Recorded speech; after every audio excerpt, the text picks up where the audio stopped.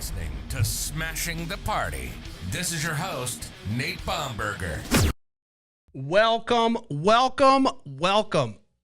I'm talking about big tech tonight. I'm in big tech. I do tech. But I'm fired up and I'm ready to go. I will tell you, I'm hoping tonight resonates with some folks, especially their creators out there, because I'm going to basically do a rant, a bitch session, a moaning session about my experience recently on Facebook, Meta, and all Twitter and everything else. And then I'm going to break it down and talk about maybe getting a little bit technical. But also, I had my team. You know, I have the best team. I have the best researcher team that anyone's ever found. There's no team out there live streaming that has a team like mine. I'm using this language because it seems to work for fucking people. So you're listening to the best live stream ever. And if you're on Facebook or Instagram, I'm going to have to tell you that this could be the last one you see. What do I mean? Well, the title, I call it my placard. It's the best placard you ever saw. It's red. It's awesome. Big tech's emotional exploitation. But I'm going to talk about big tech in relation to social media. And I think you'll relate. I'm going to break it down for you. And then by the end of this, you're going to want to click that follow button on whatever platform you're listening to. You're going to quickly flip over to YouTube and you're going to follow me there, because you know damn well you can't get a good night's sleep without listening to this shit. I know, okay? You're not the only one. There's at least 10 people that listen to this and use my soothing voice, my rants, to fall asleep. And I'm catering to those 10 people tonight. But the rest of you, hopefully you'll learn something. As I said, the best team in the business did some research for me. And what I wanted to do tonight was talk about maybe my personal experience, but also break it down about what's really going on. I have a small bubble. I'm in my little bubble. We talked about bubbles before. Some of the best bubbles that I'm in. If you're wondering why I'm talking like this, because there's a lot going on in politics right now. I've refused to say his name today, kind of like they do in Harry Potter. I'm not going to say it, but he's trying to suck all the oxygen out of the room. And this is what when creators normally pick and choose their topic based on trending moments. Fuck all that. We don't do we don't do shit the way everyone else does. You know that. But let's get into it. Let me just kind of back up and tell you what my experience has been as a creator. I have a little tiny small following on Facebook, Twitter's shit, and Meta and Instagram. Most of my impressions and reach happen from Instagram and Facebook, unfortunately. And I'll try to explain why, unfortunately. YouTube is an animal that I'm going to have to step up and ride that bronco, ride that pony, and get on that horse. I know I'm not ready, but you know what? Fuck it. We got to do it live, and we got to get it. And this kind of what brought me to this moment is just pure frustration, almost rage coming out of my ears today, going through my experience on Facebook in particular. And I try to do a lot of supporting of other people. I do a lot of liking. I've kind of pulled that back, knowing some of the impact that does for some people's mindset. But I've also tried to just support local businesses, for instance, the Candy Factory and other places that I'm a proud member of, and they do a lot to support the community around here. And so I want to bring up an example, and this is a good thing. Candy Factory is a great place. Not talking anything negative about the Candy Factory, by the way. Candy Factory is not in the negative part of this stream. Let's be clear. Candy Factory is one of the best co-working spots that I've ever been a member of, and I've been a member of 2. So I would like to say that I hold them in high esteem.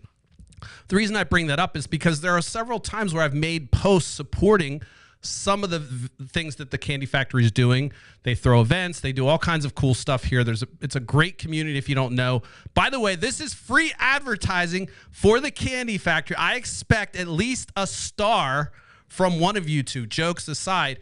But they do a lot of good things. And I'll go through and I'll support, they start new businesses, start new events, and I'll go through and I'll like some things. And then occasionally the bots follow me and they leave spam links. And so today I reached out to the owners and was like, hey, listen, I'm apologizing because I noticed that some of the spam bots that follow me on Facebook have gone back and put comments with links to fraudulent scams underneath, and they tag me. So it almost is like, you know, it's kind of like poorly representing me. They're saying, oh, wow, Nate gave a like. I was the only person to put a comment there. And then here comes a fucking spam bot with my name tagged to it with, hey, click on this, star, emoji, blah, blah, blah. And I never click on these. Don't ever click on the fucking links, okay? Don't click on them. Block these people. But it infuriates me because, again, you know, my conscience makes me feel like guilty by association. Of course, the owners are fine and they're gracious and they're wonderful people. But I did reach out to them and say, look, this is really frustrating me. And I noticed that somebody went back and one of these AI bots went back and put a spam link on one. You know, I was the only comment back in July.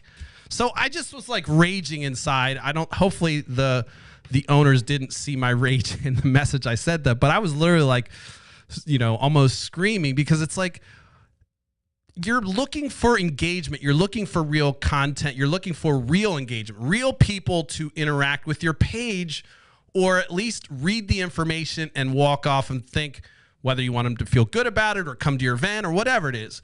And so having fake engagement is frustrating, even if you're, you know, if there's a lot of folks out there, by the way, that probably won't agree with some of the things I'm going to say because they are riding the wave of fake engagement to have these grand followings. And I'm going to tell you right now, it doesn't fucking matter to me, and it shouldn't matter to you how big somebody's following is on Facebook, because I can tell you there's a lot of large players out there that have half of their followers are fake. Millions and millions of fake followers. True story.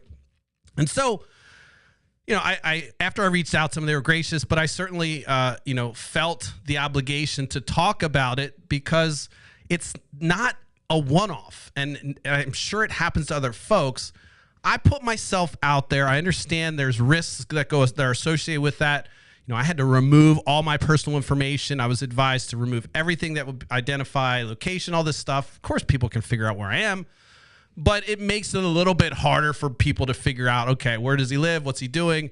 I often post activities that I'm doing and try to throw people, you know, hey, I'm over in this position, but I try less and less to put my personal business out there. I just did a tour of the United States, and I think I posted 2 pictures. I have thousands of pictures, but why would I post pictures on a platform that's optimized to engage, to rage people? And certainly, I also kind of like having a little privacy, and people don't need to know my shit. What I've found is that it's not only me that's dealing with this, and I'm going to talk through some, like I said, some research that is going to hopefully help make the case.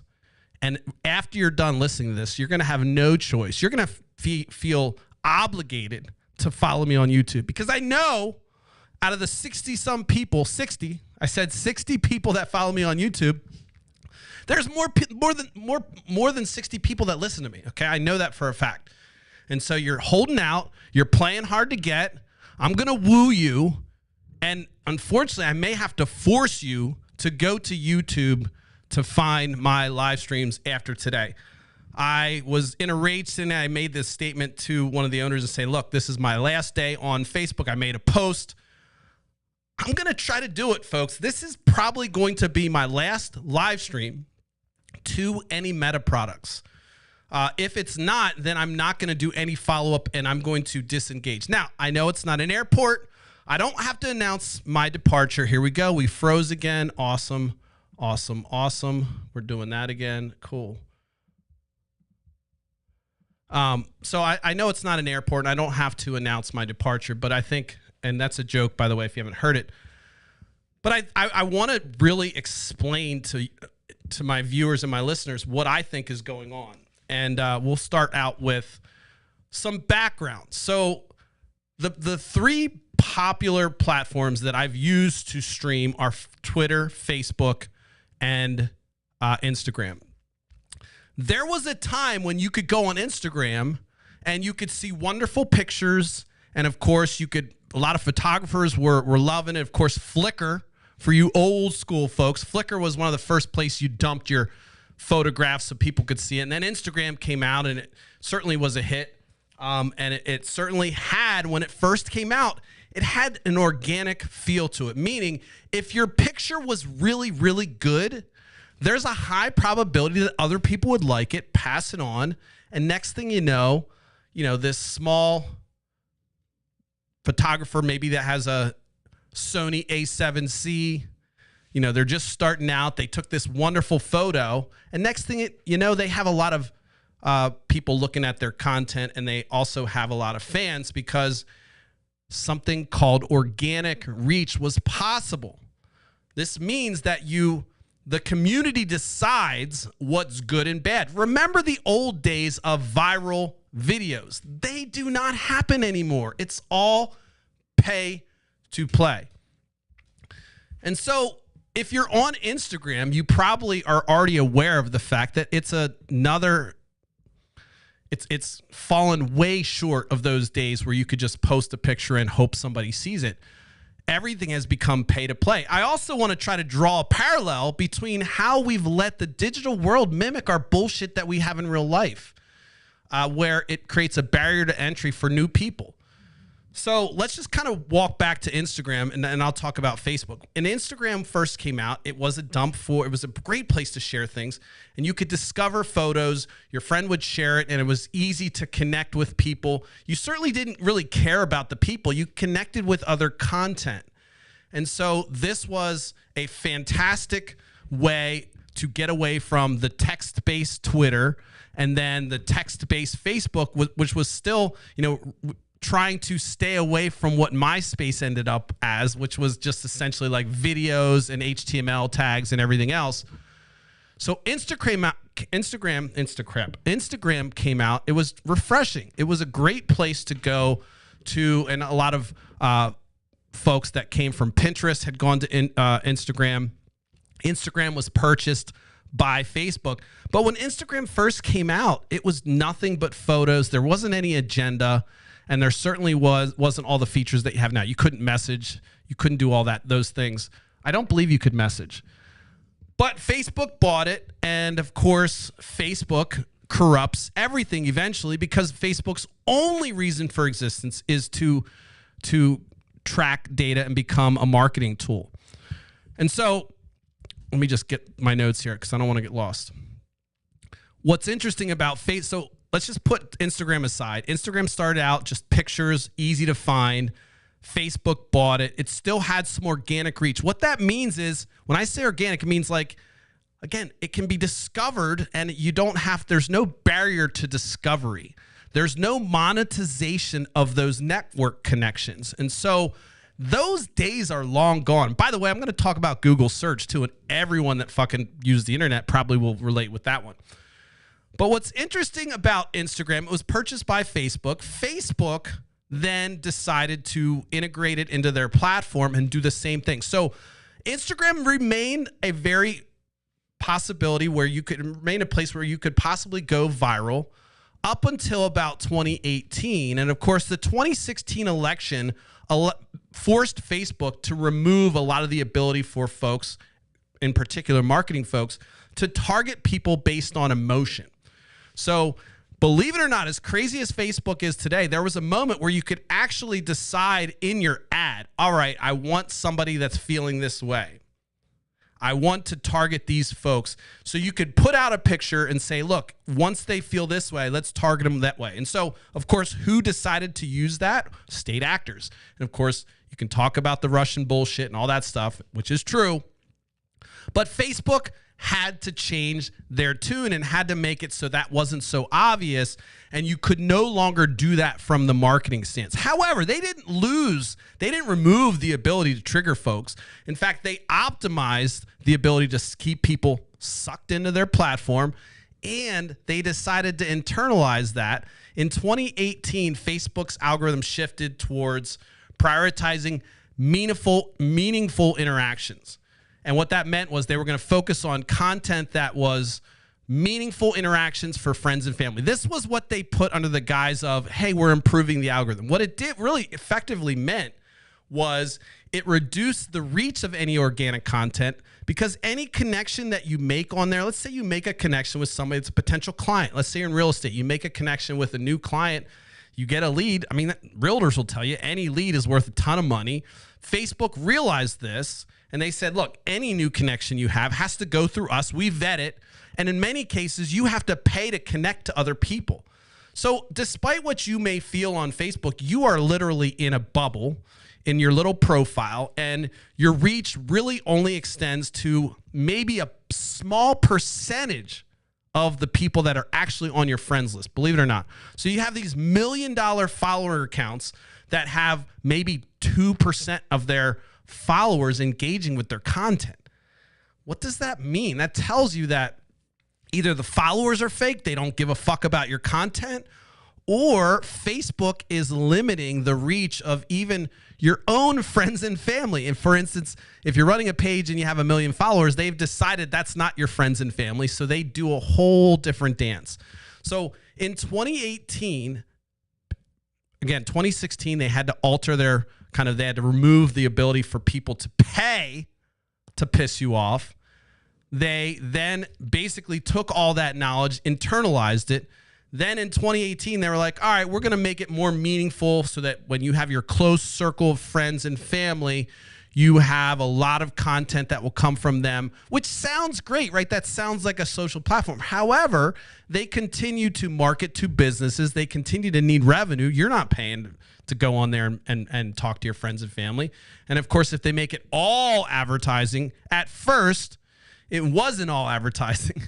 But if they make it all advertising, then certainly it becomes not a very good user experience. So in 2018, they kind of rebranded themselves as we're going to bring back meaningful interactions. But really what they meant was we're going to make sure that any connection that you make is monetized, or we will find a way to limit your scope of reach. And so it becomes pay to play. Facebook is pay to play. There's no fucking organic. Now, if you're old enough to remember, you some guy, hide your kids, hide your wife, those kind of viral videos, they don't happen anymore. They don't even happen on YouTube, which is where I'm pushing, but they can still once you get to a certain point. But Facebook limits the ability for your content to be viewed. And since they bought Instagram, same thing. If you're a photographer on Instagram, you probably realize that you don't have a lot of views. You might have 10,000 followers. You might only get maybe 400, 500, 600, maybe 1,000 views on each video, unless you're a member of a friend network and you're all replaying your stuff. But truly, my pug, which was up to 12,000 followers, yes, Delilah the Pug was semi-Instagram famous and on a trajectory to continue to the stratosphere. However, I made a commitment that I didn't want to die the pug guy, so I pulled back.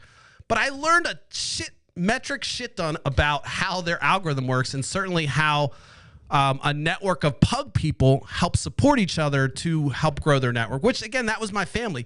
Then they broke that down, and so no longer did I have the pug family to support me. I noticed my content views went down. Of course, I was stopped paying. And if you go to Delilah the Pug now, I think she's down to like 9,000 or 8,000 followers. And I don't give a shit. People are like, why don't you do something with it? I mean, most of those followers, to be honest with you, aren't real. I've learned that. So, but let me just kind of I know I'm a little bit all over the place. My major point today is just really focus on the emotional exploitation. But I have to give this backdrop so that you can kind of see historically how they got here.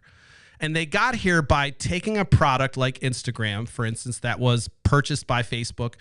And it was a great place for photographers to show their wares, for anybody, models, whatever it was that was something aesthetic. People were on there and loving it because you could be discovered. You could be Instagram famous, but really truly organic. Facebook bought it, and of course now they make money on the connection. So you're not going to make new friends on Facebook. Of course, people think I'm lying when I say that, but every single connection's monetized. Yes, you can go out and search for people and certainly find somebody that you meet in the real world and then you go and find their Facebook profile and you add them. But that shit ain't happening unless you go to see the suggested people. Even those things are picked and chosen for you depending on your connections. And so the only way to really grow your reach is to do what I did at one point, and that's add is everybody that comes down that suggested thing. I'm like, add. People think I'm a freak. Fuck it. You're my friend. Where do you know me from? I don't know. Fucking friend. So I got my followers on Facebook to 5,000. It maxed out. And then they tell you to start a professional page where there's unlimited amount of followers, and then you've got to kind of rebuild. So I rebuilt that to about 2,000 where I'm at now, meaning 5,000 people that follow my personal profile haven't moved to that profile. And that profile is the one that Facebook wants to tell me that, hey, if you pay, we'll give you more reach. And so it doesn't have a lot of reach. It's actually way, way less than all the platforms. My personal one has a larger reach. By the way, let me define reach. Reach is like the amount of people that you're able to access. And that's what I would call reach. And Facebook has all these metrics for determining the value of an ad. And it has to do with how many impressions you get and how much reach you get and all that stuff. So you probably don't know this if you're not doing any marketing on Facebook, but Facebook is designed for marketers. That's it. If you're on there thinking, hey, this is great, you're the fucking product. You probably already knew that, but you really, really, really are the product. And you're really not going to find a network. You're not going to go viral with some video.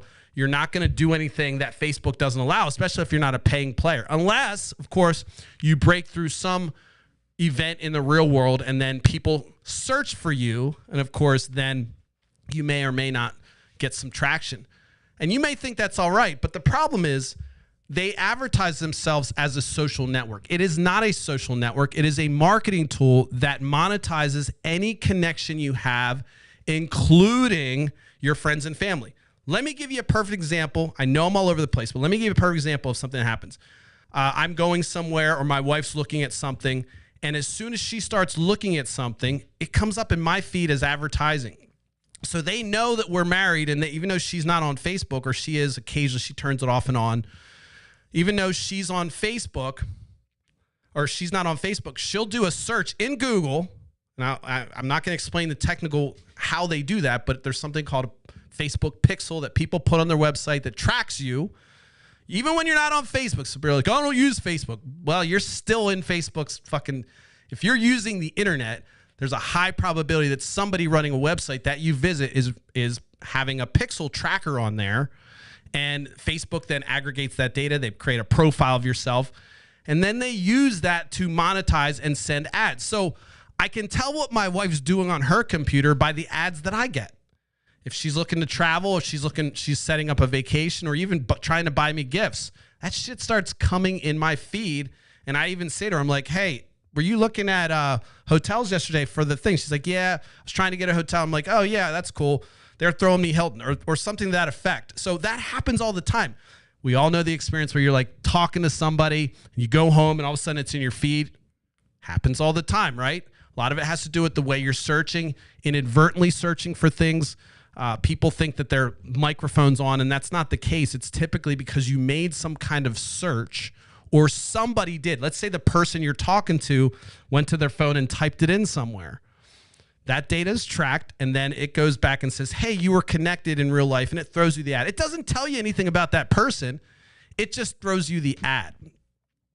It's way more complicated than that. There's massive amounts of research and scientists and data and professionals optimizing this whole thing so that they can literally create a model, and every single time they have an opportunity to go into their massive ad pool and match you with something, whether you said it, you read it, you talked about it, or you posted, or you did some research, they want to be able to grab that ad because, again, it's a marketing tool and present that to you, whether it's you or your wife or whatever. So when they say more interactions between friends and family, what they mean is when your brother looks up something, there's a high probability that you're going to get it in your feed. When your wife looks at something, you might get some ancillary marketing from somebody that's trying to target something in that realm to you. So that's what they mean when they said meaningful interactions. They mean we're going to make it so that we can track your friends and family. And then depending on how and what they're doing on the internet, we can then generate revenue for ourselves. They're not looking to really help you meet your lost friend or your mom or whatever it is. Of course, you can do all that stuff manually, but they're not going to present you and say, hey, by the way, we discovered your birth mom here. Boom, magic. Like, oh, wow, that's meaningful. No, they're not going to do that stuff. So 2018, this is what they did. And that reduced the organic. That was like the first time when people were like, oh, shit, the algorithms changed. So if you're in marketing, you're like, oh, wow, this is different. 2016 was a difference. And then 2018, they said, look, we're gonna fix everything. We're not going to emotionally exploit people anymore. We're going to allow them to make meaningful connections, literally interactions with their friends and family. And content creators immediately felt the drop. Now, you may thinking, what the fuck? I don't give a fuck about content creators. I get that. I'm just trying to tell you this perspective. And hopefully after this, you're going to have that feeling of fuck this place or stay on it. And you're going to follow me to YouTube. Remember, call to action at the end of this is following me on YouTube. Let me just bring it back. So I've trashed Facebook. Facebook it's not all bad. There are times where Facebook's useful. Certainly if you're in real estate, you pay a couple dollars and you can get leads. Why do you think realtors love Facebook? It's very cheap for them to make a connection, and they make thousands and thousands of dollars on one connection. So if they have 10 leads from Facebook, real people, each one of those is super valuable. So realtors love Facebook because, and if you're a realtor and you're not using Facebook, you're an idiot. I apologize. I've called realtors idiots before, but they're not idiots. But if you're not using Facebook to market and get leads, you're an idiot because it's so cheap and so easy to do. But what's interesting about it is people that are on the platform, let's say you take a couple months off and you come back to Facebook, they're blown away by the fact that every other story is an ad. And they're blown away by the fact that their whole feed is ads. If you're on Facebook all the time, you probably don't even notice. You probably just scroll right past, or you like it, or they're putting ads in there that you're like, okay, that's just a camera. I don't care. There was a time when Facebook was nothing but friends and family and people. And you had to kind of fight. You had to kind of search for the ad. And of course, that didn't do well for revenue. So now Facebook, if you take a step back, take a week off and come back and look at how many ads you see. Maybe you don't even have to take a week off. It's nothing but ads because they're trying to put you in front of they're trying to cater to their marketing folks and the people that are giving money. You're not giving any money, so they don't really give a fuck about you. They truly do not. And that's why they're exploiting you. And we'll talk about the emotional exploitation down the road. But let's first talk about Google. We all know about Google. Remember when Google was the dominant search engine? Of course, now you have an AI prompt that fixes everything. Sometimes it's good, and sometimes actually I prefer that AI because I don't have to sift through the 3 or 4 pages of sponsored content. So you do a search for something, and I do a lot of technical searches. Again, if you're in IT or any kind of science, Google was a great place where you could go. You find Stack Overflow, obviously, for programmers, but it was the place to go to, all right, I need to learn about this. And within the first page, you could probably find your answer. That's no longer the case. You have to go 3 or 4 pages deep to find really good content because everyone else paid to play. What's shameful about all this is the internet was the first place where information was freely shared, and it was accessible to people that didn't have a lot of money. You didn't have to go to a university to get all this information. What's become of Facebook and Google is it's become a place where to get the right information, you have to pay. You have to pay to put your information out there. You cannot just put your, you got SEO folks doing this dance of trying to fight the algorithm. Nothing against SEO folks, but their dance is difficult because they're always changing it. And what it really comes down to, and I think they'll tell you this, is you have to pay to play on Google now. So if you want your content, you wrote a blog on the technical ramifications of Kubernetes and why it's the downfall. Once your company moves to Kubernetes, you're literally on its way down. Let's say you write that blog post, which is going to fire up all the fucking nerds out there that work with Kafka and Kubernetes or whatever. And then, in Kubernetes and Docker or whatever, they're going to be like, oh my God, what are you talking about? We just built Kubernetes. And of course, people will pay to put information in there that says, hey, Kubernetes is the best thing in the world. If you don't know what Kubernetes is, that's fine. It's just a technical thing. It's kind of a containerization platform, blah, blah, blah. So you then, as a technical person, you're doing these searches and you have to filter out what's real. This was how Alta Vista was, by the way, which is what Google overtook. If you're young, you probably have no idea what the fuck I'm talking about. But there was a time when the search engine that Google produced was top of class. It was great. And of course, you had a couple sponsored links. But now everything that's in that first page, I'm telling you, very rarely do you find what you need that's good, independent information on the first or second page of Google searches, because they've said, hey, look, those folks that are paying, you get to the top. Now, this is all bullshit, right? You don't care. But the truth is, these two portals, Facebook, unfortunately, and Google, are the places where people get their news. It's where they get they'll do a search, hey, what happened here? And Facebook will throw, Google will throw a whole bunch of little ads, and oftentimes they'll have whatever the topic is, they'll have a stream at the top with pictures, and you can go, okay, cool, that makes sense, click on it. What that means is the folks that pay, if you have a lot of money, you can get your content up there. So I do a search for, is Trump racist? And of course, the people that want you not to know the things he's done that are racist, they're going to pay a boatload to get content up there that suggests, and they'll have very complex articles and paid contributors that write things that say, oh no, those things that were written about him in the 90s, they're not true. Oh, those articles in the 80s, they're not true. So then you think you're doing research and you realize that, well, what the fuck's Nate talking about? All the stuff that he did, there were reasons for it. I read 10 articles on it. Yeah, you read 10 articles that were paid content, contributors. By the way, not crazy, because it just came out that the conservative influencers set up a company literally funneling money from the Kremlin. They were doing Russia's bidding. And many of you out there, conservative folks, were listening to this, and now you're probably like, no, it doesn't matter. What they were saying was good. Again, go back a couple videos to my cognitive bias where I break that down. They can't believe that they've been duped, but you've been fucking duped. You're speaking what Vladimir Putin wants. I see my Republican friends walking around saying, well, the Ukraine war, it's not that big a deal, and maybe this. It's like, you fucking idiot. You literally are buying the propaganda that a state actor's doing, and they're like, well, I did my research. Your research is shit. You went and picked the top fucking things on Google, and now you think you read 15 articles? Fantastic. Did you dive into those authors? Did you actually vet the places where you read those things, or did you find it on Rumble? I actually had to block Rumble, and anytime someone tried to post a Rumble link on my page, I'm like, what the fuck is this Rumble shit? It was always garbage. It was always wrapped up in a YouTube propaganda dance. We'll get into YouTube, but I'm not going to hate on YouTube yet, because I'm going to go there, and I need to create love and embrace the crazy that's YouTube. But YouTube's, they're owned by Google. They're not absolved from all this shit. But I certainly don't want to bash my new place of origin, where I'm going to hopefully find large amounts of success and double my following, which is 60 right now, by the way. 60 followers. I'm planning on doubling that by the end of the year. So let me just backtrack. So we got the 2018 Facebook algorithm changed. They made it for friends and family, which really meant that they were going to find out what your friends and family are doing and then generate ad revenue from that.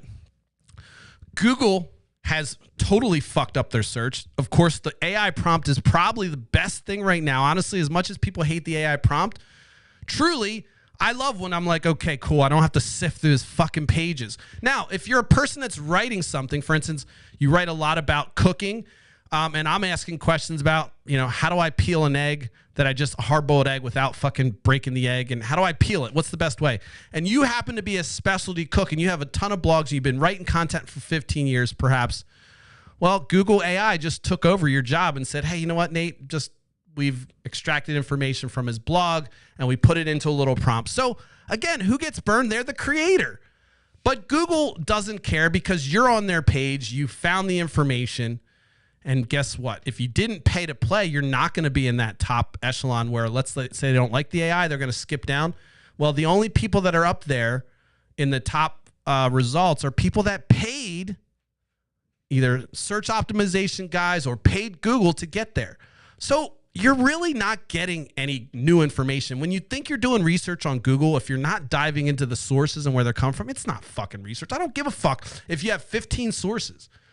One of the few people on the internet that I trust probably blindly is Heather Cox Richardson, and she always essentially posts these links, and she always kind of whittles down into the nuts and bolts of what she's trying to say, and she sources the fuck out of every single post she puts on Facebook. It's unheard of. Most people, including myself, just post their opinions. She sources her Facebook posts like it's a fucking academic paper because she's a professor, I believe. So she's a historian. So that's the type of shit you got to do with these days. If you want to make, if you want to find out what's really true, you have to go through the algorithms and ignore the top results most oftentimes. And then even when you get deeper, you have to find out, well, where's this coming from? Is this just a blog? You could have a whole blog full of content, or a whole news site, as they might call themselves, a news site that has tons of shit content, but because they're arising, every time you do a search, they're popping up in the top of the algorithm and they're coming up as the first or second search, they now have credibility. And then people repeat that. And they think they're smart. And I got all these people that are like, oh, I did research. You're an idiot, libtard, and all this crazy shit. And I'm like, I literally go through the same process. Okay, let's see what your research was. Type it in. Yep, they clicked on those first 10 articles and they think they're a fucking genius. Even the New York Times has fallen into the place where their opinion pieces come up instead of their journalists. The opinion pieces come up and people think, oh, it's the New York Times, so it's real. It's an opinion piece. It's not fucking news. It's an opinion piece. It says opinion on it. But because it's in the New York Times and it matches your bias, you got to go back and watch my cognitive bias. I might do a rerun and pop that again. But it all comes down to like reinforcing what you believe. And so, look, when I talked about this, when I said tech exploitation of emotion, but I'm creating a baseline to help you understand the incentivization these companies have. They're not worried about you. They want eyes on their content. They want you to look at it, and they certainly want to cater to the people that are giving them money. And so then the next level of the game is really exploiting you. But before we go there, let's just keep down this path. One of the most kind of probably frustrating things that I hate about the tech world these days, especially social networks, is that it's starting to mimic reality. And you might think, oh, that's okay. No, the reality that we have inequality, it's mimicking that. So everything I'm talking about is pay to play. Well, if you're starting out, you don't have money to do a big ad campaign. It used to be a place where you could go, write a good blog, and if it's really good content, people will find it. But the algorithm now caters to the folks that give money, both on Google and Facebook. And so you could have the best, absolute top-notch live stream, something that no one's ever seen before, and you could just be awesome at articulating these points with a little expletive every now and then. You could be amazingly handsome and smart and be doing this Monday through Thursday, 10:30 p.m. Eastern Standard Time, and call it Smashing the Party. But if you don't pay, no one's going to find out about it. And so this isn't my excuse. This isn't a whole big thing to talk about why I don't have a lot of following. But I will say, it doesn't matter how good your content, it's how much money you throw down. And I've thrown down money on Smashing the Party, and I've gotten 120, 150,000, somewhere around there, reach. And that's pretty good, right? That's pretty good. You're getting a lot of people in a small town. That's pretty fucking good. But then I realized, I don't want to give these people any money. And people are like, well, you got to pay to play. No, I'm actually part of the problem when I'm doing that. And I know I'm not telling your marketing folks that are out there to stop paying Facebook and that you're, morally corrupt. I'm not saying that. I'm saying for me personally, it just didn't feel right pushing the message that a message and then kind of riding this corporate wave of bullshit and feeding into this emotional monster that Facebook's become.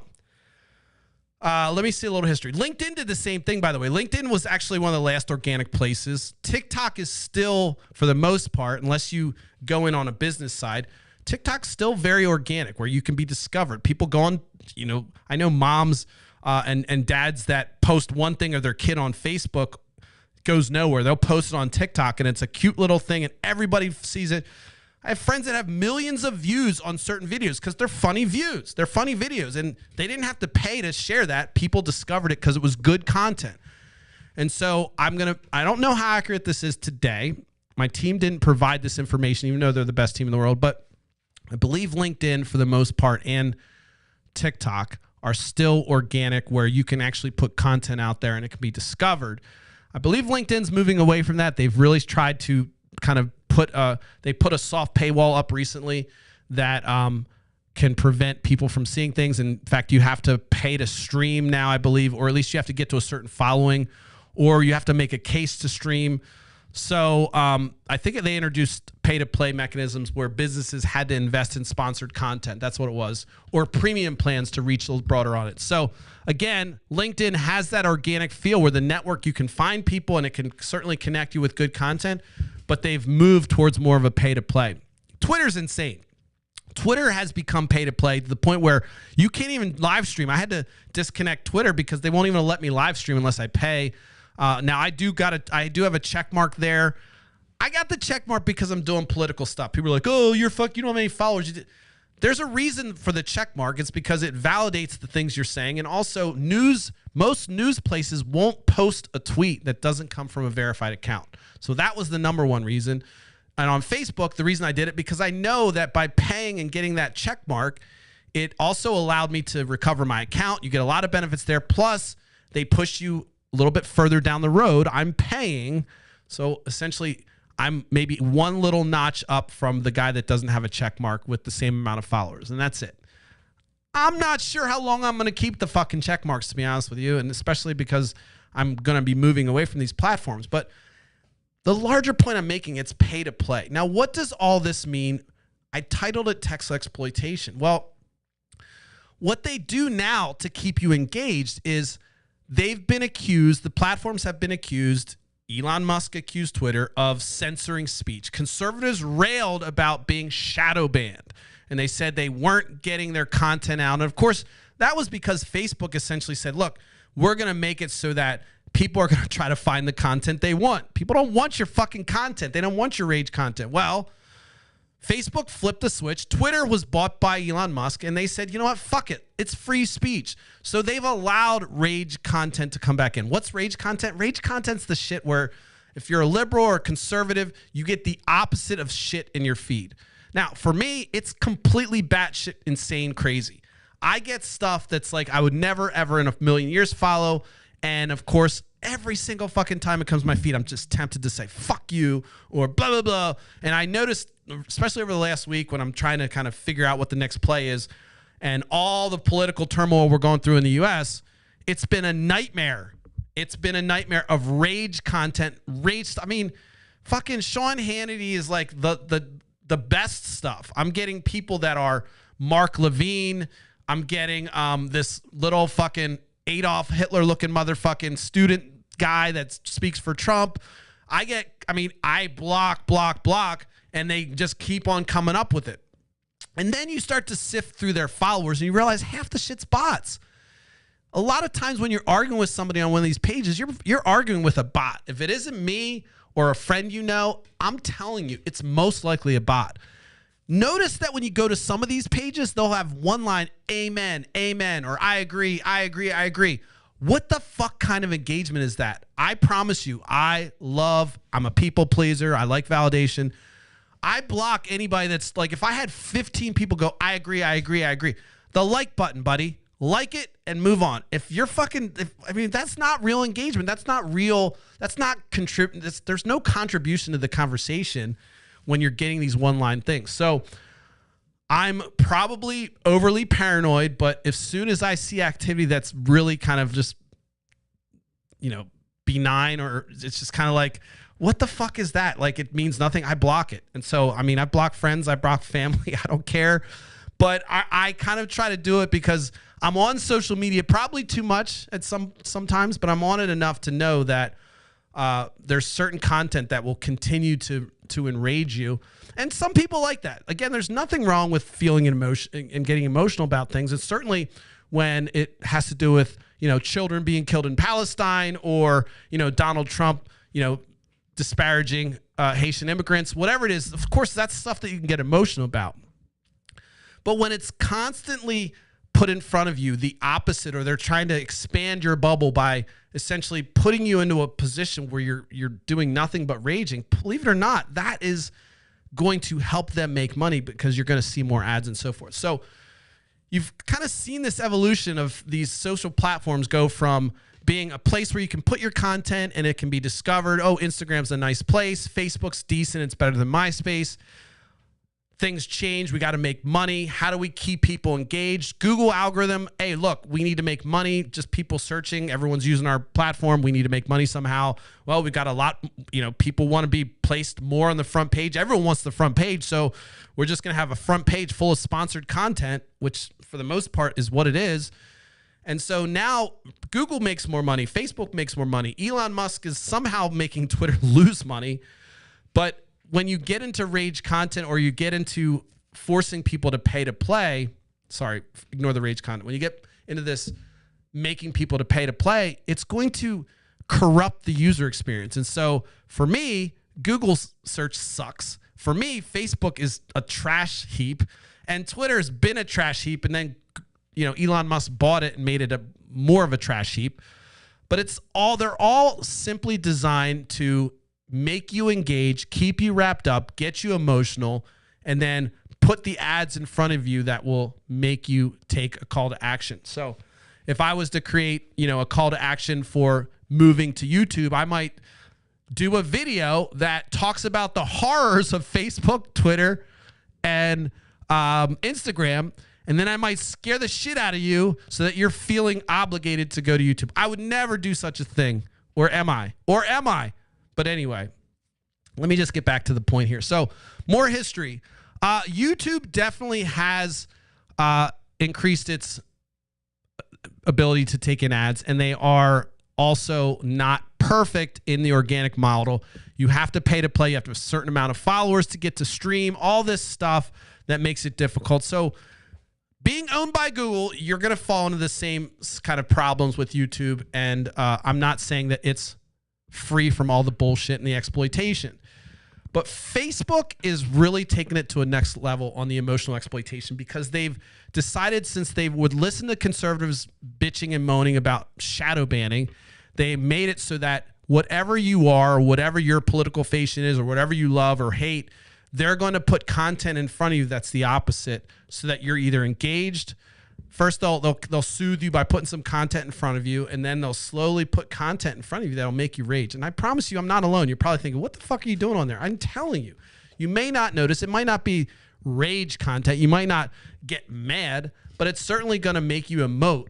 And to me, that's manipulative, and there's no value in a little digital platform fucking with my life, making me depressed because I don't have the same car as this, or I don't have the girlfriend that guy has, or I don't have the house that person has. All that shit's designed to make you more engaged with the platform, but ultimately it's corrupting our whole being. I mean, I kid you not, I would hate to be the father of a teenage girl these days and have them going on Instagram with all the body image problems women have in general that we've hoisted upon them. But now you have these platforms which totally tell you, this is what everyone's looking at. This person has 10 million followers. Here's how she looks. And of course, now you've got to deal with the psychology of that. I'm not a parent, but I'm just telling you, I can't imagine that I would allow my children to be on social media until they're 18. Call me a fucking asshole. Call me a conservative weirdo, but be like, no, you can't go on social media. I don't care what your friends are fucking doing. No, you don't get a phone until you're fucking 16. Now, I know that's impossible because everyone has a phone now. It's a whole different world, and I don't know what the fuck I'm talking about. So let me just get back to what I'm talking about. But it's a hellscape for anyone, no matter what your age is.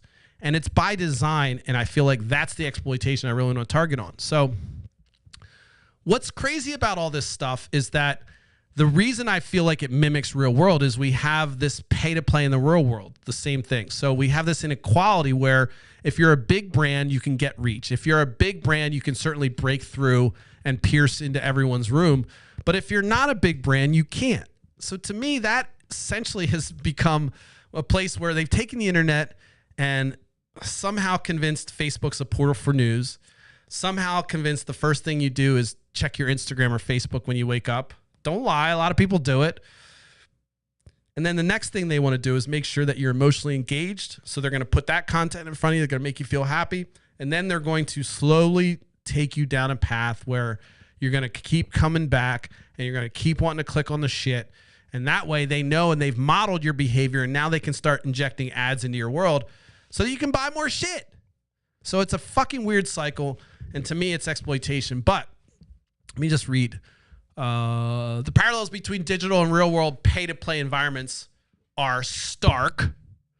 In politics, the Citizens United ruling opened the floodgates for large money to flow into campaigns. So we've essentially said with Citizens United, hey, look, if you want to get in front of people, if you want to sway the vote, it doesn't matter. You can essentially give a candidate as much money as you want. That's what Citizens United did. So now you have these super large PACs that are able to reach into our living room. They're able to do massive amounts of manipulation to politicians who can be bought and sold like trading cards. And so now your vote that used to matter, which still does matter, becomes less and less important than how much money a campaign or a person has. So you may be able to get 1 million votes, but you probably need $10 billion to do it, and so forth and so on. Why did I jump from the technical stuff to that comment about Citizens United? Was because this is what the real world has done. We've gone to that point where now it's money equals free speech. So the more money you have, the more free speech you have. Well, the internet was supposed to be a bastion of equality and allow people to interact and meet folks and do whatever. It wasn't designed, by the way. They didn't have social networks in the mind. There was BBS and there were all kinds of forums. It was a place for academics to share information, for the military to share information, but it certainly wasn't designed to create connections between humans out of the gate. Although you could argue that by design it was going to do that anyway. But the point is that we have this ruling in the real world that says, hey, look, big money wins. They have all the power. They have more free speech than you. And it's really kind of translating into the digital world. It's slow. We can see it happening on Facebook, where you have to have money to do anything on it. You have to have money. You have to have to grow your network. You have to pay. So I feel like, in my opinion, Facebook, Twitter, all these social platforms are starting to mimic the real world problems and creating the same inequality, the same barriers to entry. If you're a small business and trying to get out there, if you're a new realtor or whatever it is, and you don't have a lot of money, you have no money, good luck. You can't do anything on these networks. You're not going to have a good time advertising. You're not going to have a good reach. I've been semi-bragging about my organic reach in Facebook, but it's truly only because people share my stuff and people come back probably because they like the emotional rage content I produce. But the truth is, it's impossible to grow an organic network without having a lot of money online. It's impossible to get elected to Congress and grow a network of community of folks unless you have a lot of money. Obama tried, by the way. Obama was like, I'm not taking any PAC money. And then wink, wink, nod, nod. He had to take PAC money because he had to compete. He had to play the game to compete. And for me, that's exploitation. It's what Facebook and the big tech companies have done to social media and search is they made it mimic the real world problems and said, hey, look, if you're a small player, if you're a small business, good fucking luck. If you're just an individual trying to start some private business, good luck. You got to have money. You got to be well-heeled to get your message out. Even though your message might be the best message that anyone has ever heard, and you might be the best live streamer that anyone's ever heard, even though you stumble and stutter on your words every now and then. I don't know. Just saying that for me, this moment has pushed me over the edge to move off Facebook because I can't do it anymore. I don't know how I can continue to support a platform that knowingly tries to mimic the inequality that we have in the real world. I can't do it. And I have a relatively decent following. Okay, you can laugh, but I'm happy with the small little community I have, and folks are really engaged with my content, which is nice. It's real people. I can't take the AI stuff. I can't take the bots. I can't take the spam stuff. The stuff that happens when I support other communities or other people on the platform, it reflects on me when the bots follow me to their page. Enough is enough. We're moving to YouTube, and we're probably going to hate YouTube eventually too, but What I do like about YouTube is there's all kinds of content on YouTube, and it has the same problems where the algorithm will push rage content, and certainly you can go down these rabbit holes. They start to link and suggest other content that's similar. So if you're angry and you're looking at white supremacist content, it will find other white supremacist content for you. They're trying to do a better job with it, but YouTube is still a place where you can find a lot of misinformation. If it's on YouTube or the television, Donald, it doesn't mean it's true, right? But YouTube has become a place where people often say, well, I saw this video and I watched this and so forth. So it's not immune from all the crap I'm talking about. But social media platforms are designed to keep the users engaged, and often by showing emotionally charged or controversial content.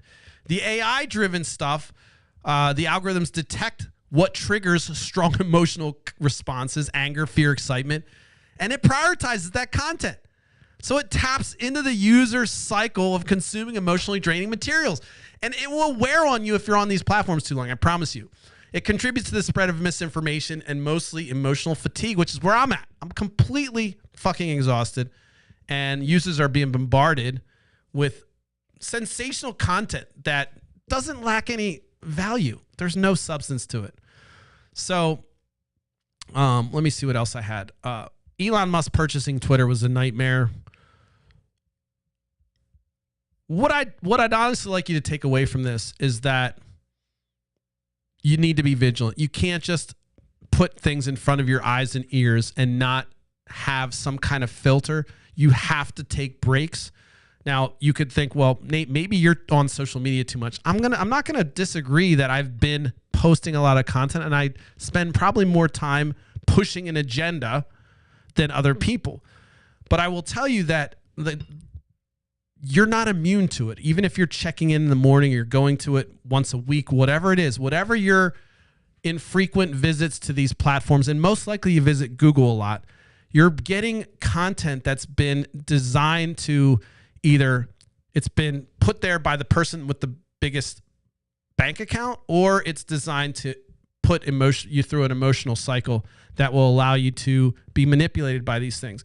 This isn't like Nate conspiracy time. This is real stuff. There's science backing this stuff. You can do, you can go to some journals and find some research, because I don't want to tell you to use Google, but you have to kind of dig deep. But there's a lot of research that's going into these things that put this cognitive wear on people and the impact of social media. And we all know it. You kind of know it. You can feel it. You can tell Google search sucks. You can tell social media is fucking wears on you. You can tell Twitter's a place where I used to go to just be angry. And of course, that was my dumping ground for my rage at one point. And so they're incentivizing us to continue that behavior. And for me, it's too corrupt. What I like about YouTube and TikTok, first of all, TikTok is still organic. I also like the fact that there's young people there. They're keeping me young. I'm a fucking big fan of watching what the youngsters are doing and making sure they're the future. That sounds cheesy, but I can't believe people get old and fucking cranky and stupid and don't keep their young ideals. What the fuck happens to you? Oh, you grow old and conservative. No, you just grow old and stupid and cranky and selfish. That's what happens. You grow old, stupid and selfish, and you think you've got to protect your world, and you forget that when you're young, you have the whole world's, your oyster, and you see things from a different perspective. So I would love to get back on TikTok and certainly reach those folks that have that drive. YouTube, one of the things I like about YouTube is if you're able to hit a critical mass, there's a ton more opportunities for revenue growth. And certainly there's, you have to get a following to get to that point. But the whole point of this agenda is to get people to listen to what I'm saying and have people talk about these ideas, right? Of course, I do this for my therapy and I do this for myself, and it's good for Nate to vent in this way. And it's my digital diary, if you will. It's my child that I'm giving birth to the universe, if you will. But I also would love to see some success, and I would love to mimic Mr. Beast. Please, can we have a black Mr. Beast? Mr. Beast is a YouTube guy that makes like $750 million a year, and he basically gives it all away and creates whole entire economies. And of course, I would love to be Mr. Beast and be able to do that kind of like Dave Costarello style, just bang it out and be giving money to the homeless and help people. So of course, on the high end of the spectrum, I'd love to see that kind of success. But I also think that it's the place where I can be less influenced by the rage content. I can certainly I don't necessarily have to go to those suggested videos. I can watch a video and stop. I feel like for me, it's harder to go into a rabbit hole. For me on YouTube, you can sit there and be spam with their videos just like any other platform.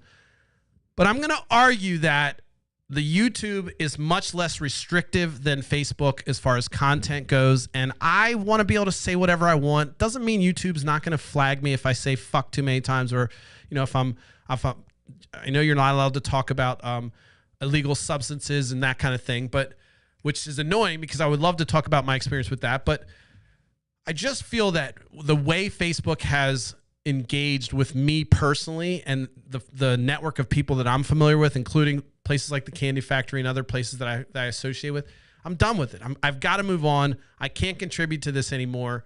And so call it my stance, which is a pitiful stance. I'm going to go from having a reach of maximum peak days, 120,000 these days, maybe 20 to 50,000 reach.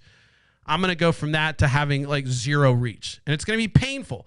And people are going to think, and I get a lot of flack. I get people calling me an incel, which is weird because I'm married. And I don't have anything on my profile about my wife by design, but people call me incels. People are nasty, super nasty. I can take all that. I can. I don't take it when they post it on my comment page. I don't mind the inbox, but I delete it when they post on my page. But I know YouTube is vicious, and I know I'm going to really have to go through that kind of cycle again, which I'm okay with. But for me, it's worth it to contribute to. I also think the longevity of YouTube is longer than Facebook. I think YouTube will be around in 100 years, believe it or not. I don't think Facebook will. I really don't. Or not in the condition that it is now. So if I want to put together something that is going to live beyond myself, I feel like the Facebook is more of our YouTube is more of an archival platform than Facebook is. Facebook could go the way of the dodo, believe it or not, and I wouldn't doubt that the social aspect of Facebook is going to go the way of the dodo soon because of the fact that they've made the user experience so horrible. I am not alone with all these thoughts. In summary, Facebook has become a shit pile hellscape of right-wing, left-wing combative talking points. Twitter is owned by Elon Musk, so you really don't have to say more when you can post things like that, insinuate that a certain party should be assassinated, all the shit that he's saying. True story.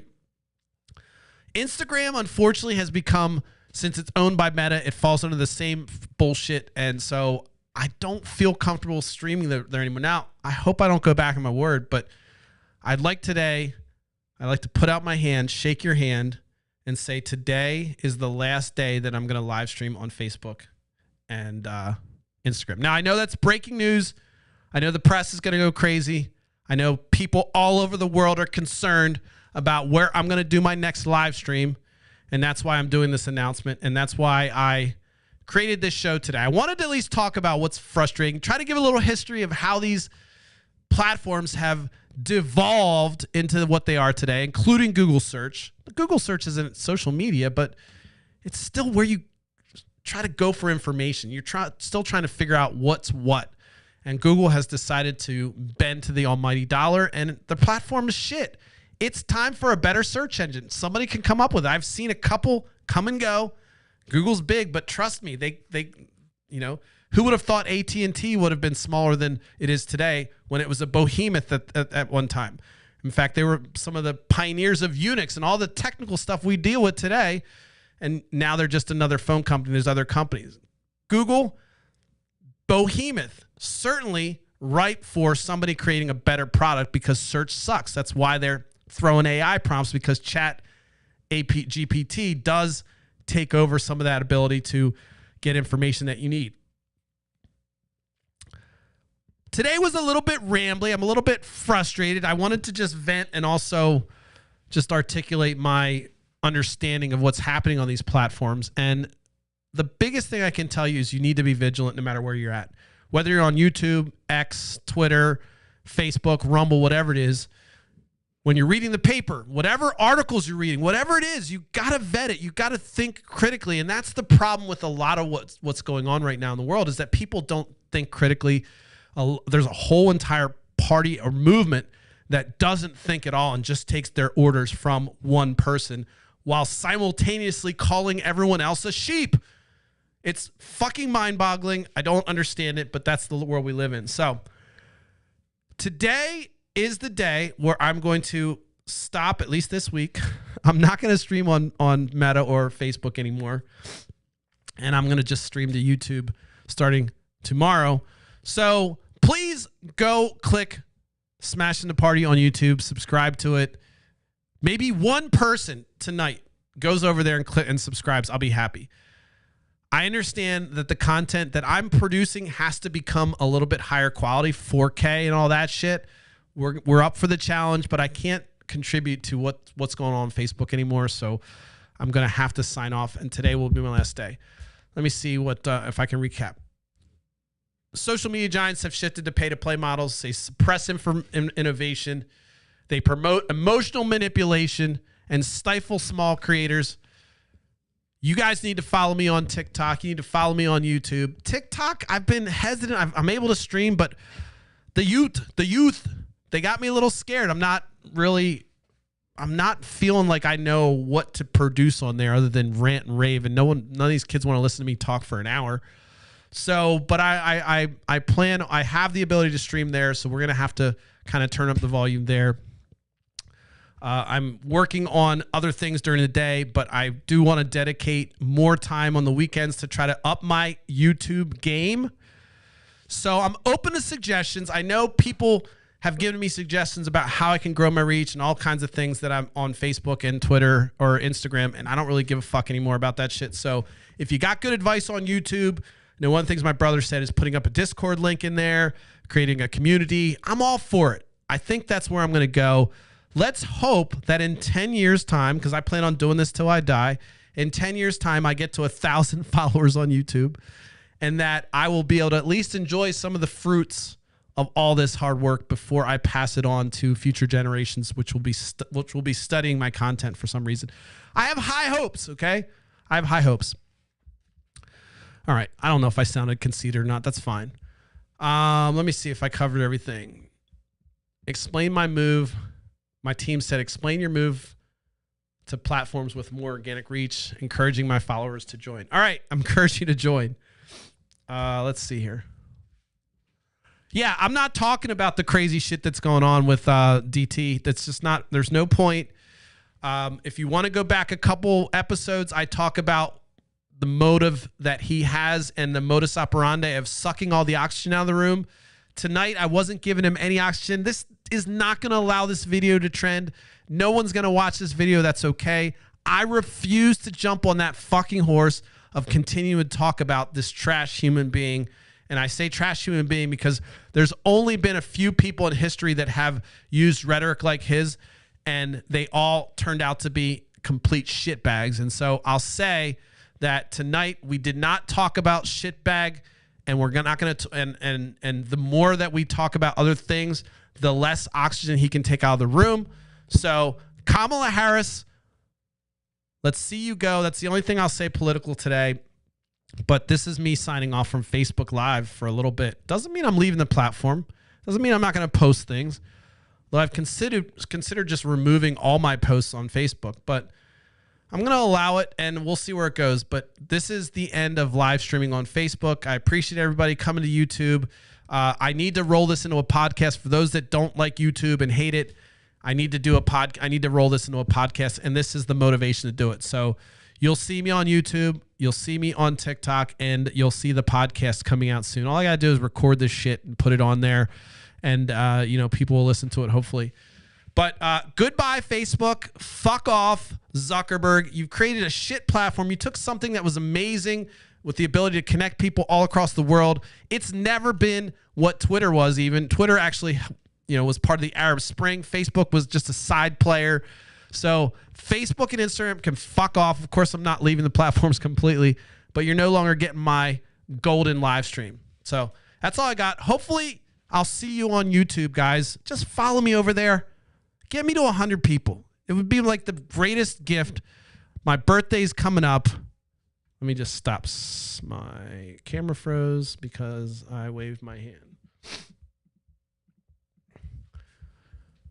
It would be the best gift of, as I turn half a century, to be able to say that I have double my age of followers on YouTube. So if I can get to 100 followers on YouTube, I will be so happy. I would be so happy. Please subscribe to my YouTube. You're not going to see me live on Facebook or Instagram. So support me. It's not a lot. Literally, I will be good for years if I have 100 people follow me on YouTube. Thanks for listening, folks. Check me out tomorrow, 10:30 p.m. Eastern Standard Time, like I said, but I'm only going to be on YouTube. We'll see how it goes. I don't expect to, by the way, I never expect people to watch these live, but I'm hoping that I can get over, I think I've been getting like 20 views a video. So maybe I can get to 50 views a video. We'll see what happens. But thanks for listening. Hope you enjoyed it. Still wasn't as tight as one of my other days, but I'm happy with my content, and hopefully you learned something. And that is that you need to be vigilant of what goes inside your head, what goes inside your ears. You can't believe everything that you see, no matter whether it's the first result or whether it's in your feed. You've got to vet it, and you've got to check your emotional state and say, is somebody trying to fuck with me? And if they are, run the other way. That's all I got. Let's see if I can sign out like a cool guy does.